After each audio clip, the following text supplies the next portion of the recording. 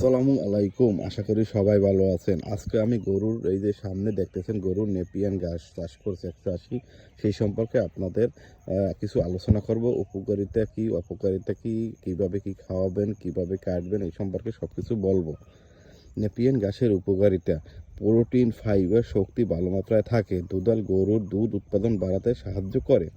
দ্রুত বৃদ্ধি ও বেশি ফলন। একবার লাগালে 3 থেকে 5 বছর পর্যন্ত কাটা যায়।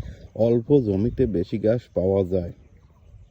হজমে সহায়ক: সঠিক বয়সে কাটলে গরুর হজমের সমস্যা কম হয়, খরচ কম।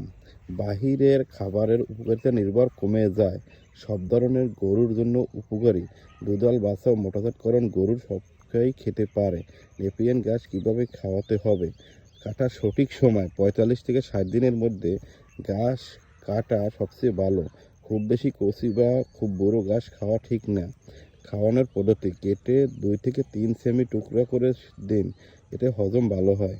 অন্য খাবারের সাথে মিশিয়ে দিন। খড়, ভুসি, দানাদার খাবার একা নেপিয়ার না দিয়ে মিশিয়ে দিলে বেশি উপকার হয়।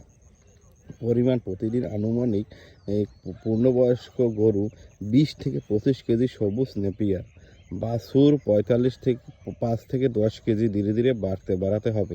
নতুন করে শুরু করলে প্রথম 5 থেকে 7 দিন অল্প অল্প করে, হঠাৎ বেশি দিলে পেট ফাঁপা দিতে পারে। আজকে এটুকুই থাকলো। আপনারা আমার চ্যানেলটি যারা ভিডিওটি দেখবেন সাবস্ক্রাইব করবেন এবং লাইক কমেন্ট করবেন।